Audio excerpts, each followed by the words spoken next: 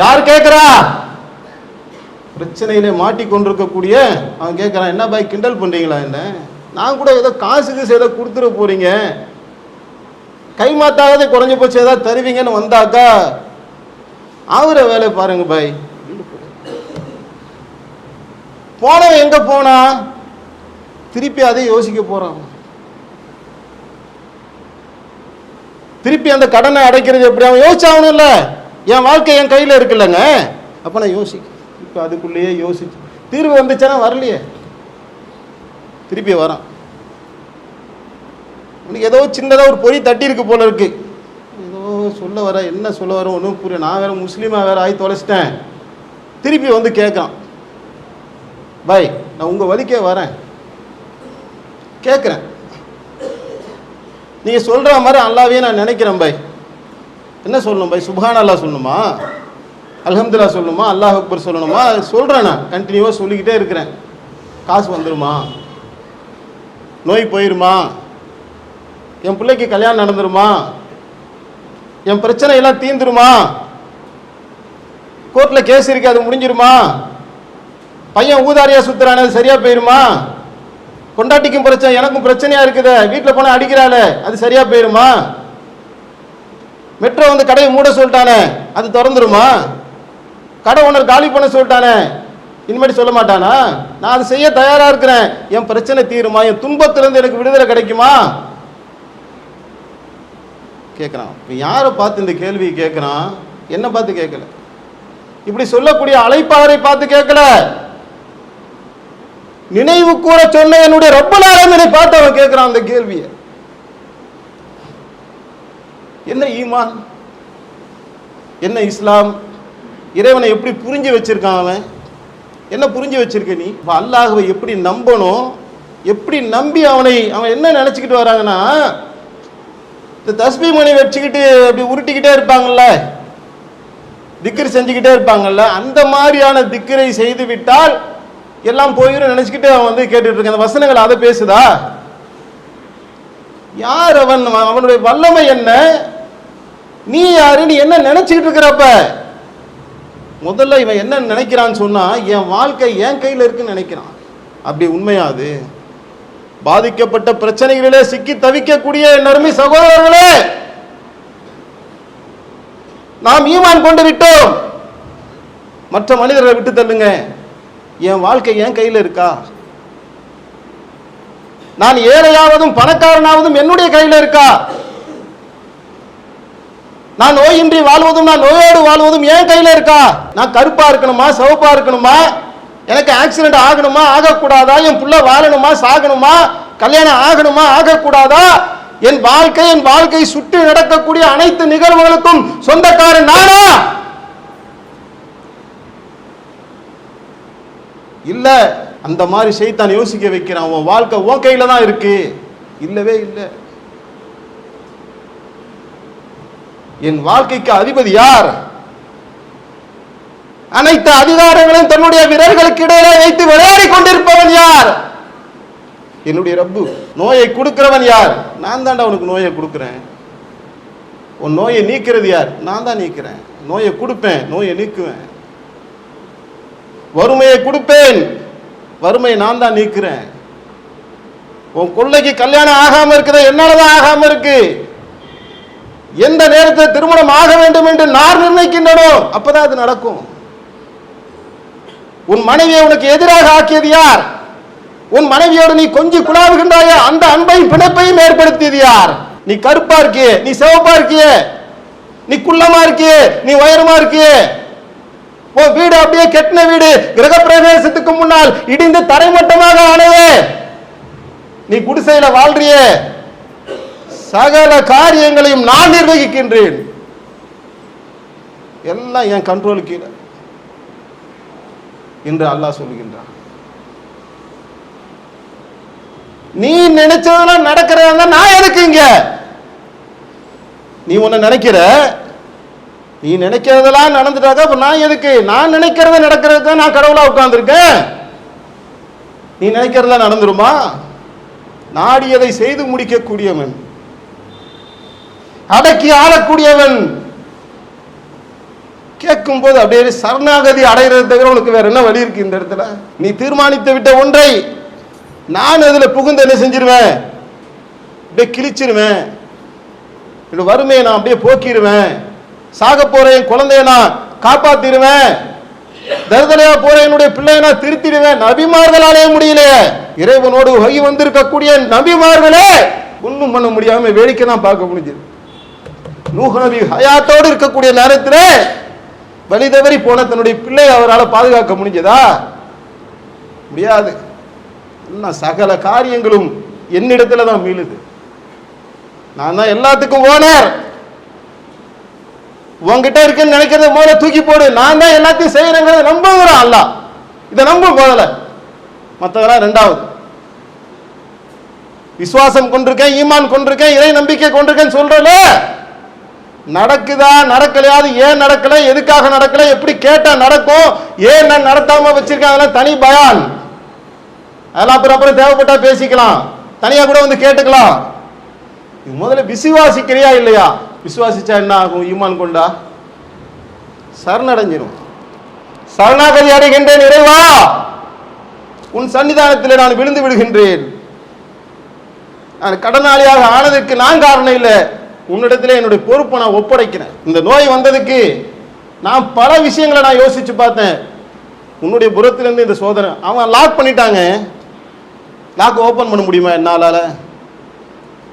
இறைவன் என்னை நோயை கொண்டோ, வறுமையை கொண்டோ, குடும்ப பிரச்சனைகளை கொண்டோ, சொத்து தகராறு மூலியமாகவோ எதையேனும் கொண்டு ரப்புல் ஆலமீன் என்னை சிறைப்படுத்த நாடிவிட்டான் என்று சொன்னால் அந்த சிறையை உடைத்து கொண்டு என்னால் வர முடியுமா? உங்களை தான் கேட்கிறேன். என் அருமை சகோதரர்களே, உங்களிடத்துல கேட்கிறேன், அன்பா கேட்கிறேன், முடியுமா? முடியாது. நபியால கூட முடியாது. யூனுஸ் நபி மீனுடைய வயிற்றுல சிறை வைக்கப்பட்டார, எங்க கொண்டு போய் அல்லாஹ் சொருகி இருக்கான் பார்த்தீங்களா? உலகத்துல அப்படி ஒருத்தர் இருக்காரு அடையாளமே யாருக்கும் தெரியாதுங்க. அடையாளம் தெரியாம கொண்டு போய் வச்சிருவான் அல்லாஹ். நினைச்சா அடக்கி ஆளு ஜப்பார் எல்லாம். நான் நினைச்சேன்னா என்ன வேணாலும் பண்ணு. இப்ப நீ என்ன பண்ற? இந்த லாக்க நான் உடைப்பேன். அங்க போறேன், காதர் பாயிட்ட போய் காசு வாங்கினா கடன் தீந்துடும், வட்டிக்கு வாங்கினா கடன் தீந்துடும், அப்போலோக்கு போனா நோய் சரியாயிரும், மாமி மகனை முடிச்சிட்டா பொண்ணுக்கு கல்யாணம் ஆயிரும். கணக்கு யோசனை யோசனை யோசனை, இதுக்கு மேல அதுக்கு மேல அதுக்கு மேல யோசிச்சு யோசிச்சு யோசிச்சு நோய் வந்து நீ சாக போறதான் மிச்சம். கவலையிலும் துன்பத்திலும் ஷைத்தான் பிடிப்பதை தவிர அங்க ஒண்ணுமே நடக்காது. நீ தான் யா அல்லாஹ் அனைத்துக்கும் அதிபதி என்னைக்கு ஏற்றுக்கொண்டு இதை ஒத்துக்கொண்டு சரணடைகின்றோமோ எல்லா மனக்கவலைகளிலும் முதல்ல விடுதலை கிடைச்சு. ஓஹோ, அவன் தான் எல்லாத்துக்கும் காரணமா? அவன் தான் இந்த லாக்கை ஓபன் பண்ணணுமா? அதை விட்டு நான் எங்கெங்கே சுத்திக்கிட்டு இருக்கிறேனே. இறைவா, உன் பாதங்களிலே சரணடைகின்றேன். இதெல்லாம் செய்யறதுக்கு நான் உன்னை ஏன்னு கேட்க முடியுமா? இறைவா, ஏன் எனக்கு நீ நோயை கொடுத்த? ஏன் எனக்கு கடனாளியா நீ என்ன ஆக்குன? ஏன் என்ன கருப்பா நீ என்ன ஆக்குன? ஏன் எனக்கு இந்த மாதிரி நான் உன்னை கேள்வி கேட்க முடியுமா? எஜமானன் நாடியதை நீ செய்வையா? நான் உன்னுடைய அடிமை, கட்டுப்படுகின்றேன் யா அல்லாஹ் என்று சரணடைவது என்பது மட்டும்தான் நம்முடைய நிலையாக இருக்கும். அப்படி சரணடைந்தோம் என்று சொன்னால் 90% பிரச்சனை போயிடும். மனக்கவலை போயிருங்க. முதல்ல அதான் பிரச்சனைங்கிறத, ஒரு துன்பங்கிறத மனசுல தாங்க இருக்கு. அது போயிடும். முதல்ல அமைதி வந்துருவாங்க.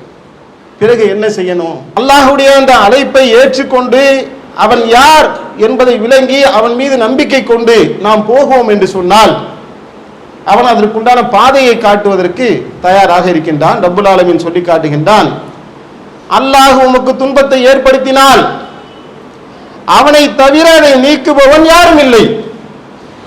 எந்த துன்பமா இருந்தாலும், வயிற்று வலி, கேன்சரு, கடன் பிரச்சனை, கொண்டாடி சரியில்லை, என்னென்ன இருக்குதோ அந்த 1008 பிரச்சனை சொல்றோம்ல, எல்லாத்தையும் சேர்த்து ஒரு வார்த்தை சொல்றாங்க, துன்பம். அல்லாஹ் உமக்கு துன்பத்தை ஏற்படுத்தினால் அவனை தவிர அதை நீக்குபவன் யாரும் இல்லை. அவன் உனக்கு நன்மையை ஏற்படுத்தி விட்டால் அவன் அனைத்து பொருட்கள் மீதும் பேராற்றல் உடையவனாக இருக்கின்றான். எல்லாமே என் கண்ட்ரோல் இருக்குப்பா, நான் நினைச்சிட்டேன்னு சொன்னா உனக்கு அந்த துன்பம் நீங்க. உலகமே சேர்ந்து 800 கோடி பேர் சேர்ந்தோம்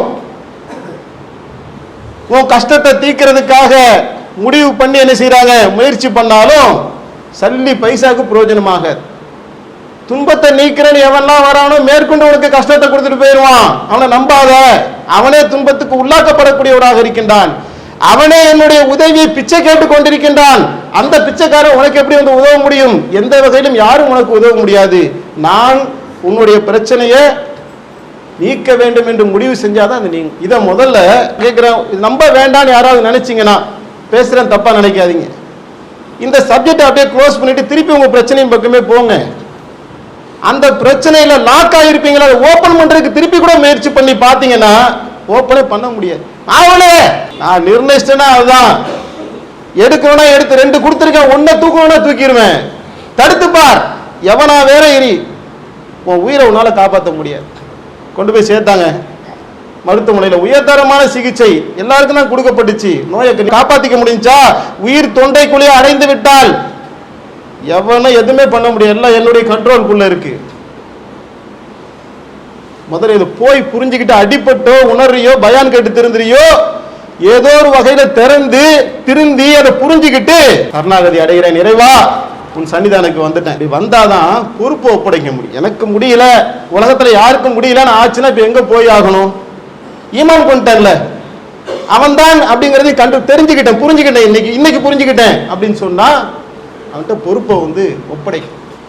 இல்லை, என் கவலையும் என்னுடைய துன்பத்தையும் உன்னிடத்துல நான் ஒப்படைக்கின்றேன் இறைவா. யாக்கூப் நபி சொன்னாங்கல்ல, பெரிய சஞ்சலம், கற்பனை ஒவ்வொன்றா யோசிச்சு பாருங்க. அது உள்ள எதையோ யோசிச்சோம் இல்லைங்க, கண்ட குப்பையை யோசிச்சுட்டு இருந்த இந்த மூலையில யாக்கூப் நபியோடைய உள்ளத்துல எவ்வளவு சஞ்சலப்பட்டாருன்னு யோசிச்சு பாருங்க.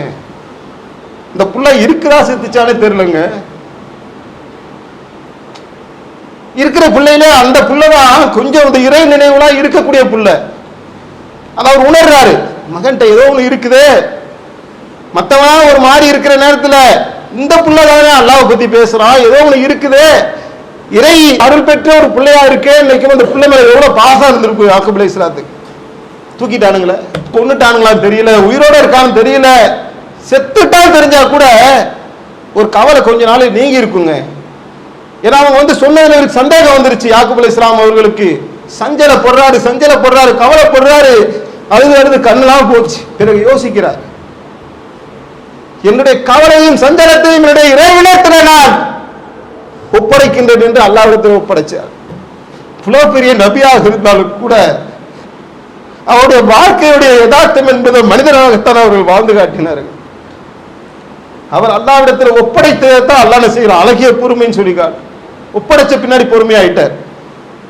அல்லாஹ் கொண்டு வந்து சேர்த்தானா இல்லையா? அந்த சஞ்சலத்தையும் கவலையும் கொடுத்தது யார்? ஷைத்தான். இதை யோசி, அதை யோசி, அப்படியா இருக்குமா, இப்படியா இருக்குமா, இதா இருக்குமா, அதா இருக்குமா, இங்க போனா சரியாயிருமா, அங்க போனா சரியாயிருமா, அதையெல்லாம் போடுறது ஷைத்தான். ஏன்னா இதை நினைச்சுக்கிட்டே இருந்தா அல்லாஹ் எங்க நினைக்க போற? ஒண்ணு போனா ஒண்ணு நினைத்து கொண்டே இருந்தால், அவன் சொல்றான்ல காலையிலும் மாலையிலும் அல்லாஹ் திக்ர் செய்யுங்கன்னாக்கா எப்படி வரும்? ஒரு உள்ளம் தானே, ஒரு உள்ளத்துல ஒன்னதானே நினைக்க முடியும். என் பிரச்சனையை நான் நினைத்தே என்ன ஆயிரனாக்க இறை நினைவை விட்டு போயிடுறேன். அப்ப அல்லாஹ் என்ன சொல்றான், இறக்கப்பட்டு நான் என்ன கேட்கிறேங்க, அவனை நாம நினைச்சுதான் அவனுக்கு ஆக போகுதா? எப்பேற்பட்ட ரஹ்மான் அவன், இவ்வளவு பெருமைக்கு சொந்தக்காரன், பெருமைக்கு உரியவன். அவனை புகழ்வதற்கென்றே ஒரு கோடிக்கணக்கான மலக்குகளை படைத்த அவன் புகழ்ந்து கொண்டிருக்கின்றார்கள். பாவக்கடலில் மூழ்கி கொண்டிருக்கக்கூடிய மனித சமுதாயத்திலிருந்து நம்பிக்கை கொண்டேன் என்று சொல்லக்கூடிய நம்ம புகழ்ந்து அவனுக்கு ஆக போகுதா? நீ எதுக்கு சொல்றான்? அதை என்ன நினைப்பா? என்கிட்ட வந்து வா, சரணாகதி அடைஞ்சிரு, நான் உன்னை மீட்டு எடுக்கிறேன். மீட்டு எடுப்பதற்கு தகுதி உள்ளவன் தானே அவன் தானே கூப்பிடுறான். அதை நம்பி அவனிடத்துல நாம் போய் பொறுப்பை ஒப்படைத்து விட்டு பொறுமையாக இருந்து விட்டோம் என்று சொன்னால் பெருவாரியான பிரச்சனைகளை விட்டு, துன்பங்களை விட்டு விலகி ஒரு அழகான ஒரு வாழ்க்கையை அல்லாஹ் நம்மை வாழ வைப்பான். அவன் அழைக்கின்றான், வந்திருப்பான், அமைதி வீட்டை நோக்கி நீ வந்துரு. காபீர்கள் தான் என்னுடைய அருளிலே நம்பிக்கை இழப்பாங்க, நீ ஏன்பா நம்பிக்கை இழந்து அங்கிங்கமா சுத்திட்டு இருக்கிற? நீ வந்துரு, நீ தான் என்னை நம்பி இருக்கேன்னு சொல்றிய, முழுசா நம்பி வந்துரு என்று ரப்பல் ஆலமீன் நம்மை அழைக்கின்றான். அல்லாஹ் சொல்லி காட்டுகின்றான். 4வது அத்தியாயத்துடைய 175வது வசனம். தேவைப்பட்டா நீங்க நோட் பண்ணி எழுதி ஒவ்வொரு நாளும் பார்த்து கொள்ள வேண்டிய ஒரு வசனம். ரப்பல் ஆலமீன் சொல்லி காட்டுகின்றான், அல்லாஹ்வை நம்பி அவனை பற்றி கொண்டோரை அப்படின்னா என்னன்னு யோசிங்க. தனது அன்பிலும் அருளிலும் அவன் நுழைய செய்வான். அவர்களுக்கு தன்னை நோக்கி வரும் நேரான வழியை காட்டுவான். எதையோ பற்றிக்கிட்டு இருந்தார்ல, அதை பற்றி இதை பற்றி மனிதர்களை பற்றி டாக்டரை பற்றி காசை பற்றி இதெல்லாம் பற்றி பிடிச்சுக்கிட்டு இருந்தார். அதெல்லாம் அந்த பற்றை எல்லாம் விட்டு விட்டு அல்லாஹ்வை நீ பற்றி பிடித்துக் கொண்டால் அல்லாஹ் சொல்லி காட்டுகின்றான், என்னுடைய அன்பிலும் அருளிலும் உன்னை நுழைய. அது கிடைச்சிட்டா வேற என்னங்க வேணும்? அல்லாஹ்வுடைய அன்பு எனக்கு கிடைச்சிருச்சுங்க. இப்ப இந்த வசனங்கள்லாம் படிக்கிறோமா, அதில் படிச்சு புரியாம இருக்கிறோமான்னு எனக்கு புரிய மாட்டேங்குது. அல்லாஹ்வுடைய அன்புக்கு நிகராக உலகத்துல வேற ஏதாவது இருக்குதா? இருக்கா? நீ என்னை பற்றி பிடிச்சுக்கிட்டா என்னுடைய அன்பிலே நான் உன்னை தாயுடைய அன்பு கிடைச்சாலும் அந்த குழந்தை என்னங்க அது ராணி மாதிரி அந்த குழந்தை வாழுதுங்க. தாயுடைய அன்புல தானே வாழ்ந்துகிட்டு இருக்கு. பால் கொடுக்குறா, தொட்டில போட்டு தாளாட்டுறா, ஈ கடிச்சா பாத்துக்கிறா, எறும்பு கடிச்சா பாத்துக்கிறா, தூக்கம் வரலையா தோல்ல போட்டு தகப்பகாரம் ஓடுறா. அந்த அன்பு கிடைச்ச உடனே தாயின் தகப்பனை எப்படிலாம் அந்த குழந்தைய பாக்குறாங்க. இவர்களுக்கு இருக்கக்கூடிய இந்த சக்திக்கே இப்படி பார்க்கும்போது என் ரஹ்மான் எப்படி பாப்பான்? என்ன பாப்பானா பார்க்க மாட்டானா? சொல்றான், என்னை நீ பற்றி பிடித்துக் கொண்டால் அன்பிலும் அருளிலும் நான் உன்னை நுழைய செய்வேன். அது மட்டும் இல்ல, கவலைப்படாத, என்னை நோக்கி வரக்கூடிய நேரான வழியை நான் உனக்கு காட்டுவேன். அப்ப செய்ய வேண்டியது என்ன? எதையோ நினைச்சு பல்வேறு விதமான யோசனைகளிலே சிக்கி தவிப்பதை முதலிலே விட்டுவிட்டு அனைத்து துன்பமும் இன்பமும் அல்லாஹ்வுடைய புறத்திலிருந்து தான் வருது அப்படிங்கிறத விளங்கிக்கிட்டு அனைத்துக்கும் அவன்தான் எஜமானன் என்பதை விளங்கி கொண்டு அவனை பற்றி அவனுடைய நிறைவிலேயே வாழக்கூடிய ஒன்றுதான் நம்மை இந்த உலகத்திலும் மறு உலகத்திலும் துன்பங்களில் இருந்து விடுதலை அளிக்கக்கூடிய ஒன்றாக இருக்கும் என்று கூறி என்னுடைய உரையை நிறைவு செய்கின்றேன். வாஹிர் துஆனா அனில் ஹம்துலில்லாஹி ரப்பில் ஆலமீன். இஸ்லாம் மற்றும் சமுதாய செய்திகளை அறிந்து